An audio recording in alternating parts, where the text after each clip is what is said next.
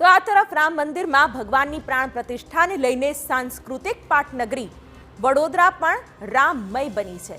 રામ ભક્ત અરવિંદભાઈ પટેલે 1100 કિલોનો સ્ટીલનો દીવો બનાવ્યો છે, જેની ઊંચાઈ 9.25 ફૂટ, પહોળાઈ 8 ફૂટ છે। દીવામાં ઘીની ક્ષમતા 501 કિલો છે અને દીવાની દિવેટ 15 કિલોના કોટનથી બનાવવામાં આવી છે। 22 જાન્યુઆરીએ રામ ભગવાનના પ્રાણ પ્રતિષ્ઠા મહોત્સવ દરમિયાન દીવો પ્રગટાવાશે। તે પહેલા ગૃહ રાજ્યપ્રધાન હર્ષ સંઘવી દીવાની પૂજા કરી આ દીવાને અયોધ્યા મોકલશે।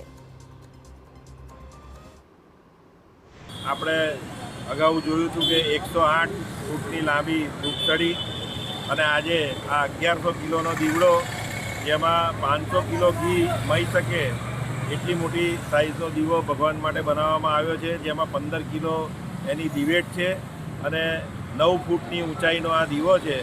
તો વડોદરા સાંસ્કૃતિક નગરી તરીકે અયોધ્યામાં પોતાનું નામ પ્રસ્થાપિત કરવા જઈ રહી છે। ભગવાન રામના આશીર્વાદથી આ બધા કાર્યો થઈ રહ્યા છે અને સૌ કાર્યકર્તાઓ, ભક્તો આમાં જોડાઈ રહ્યા છે।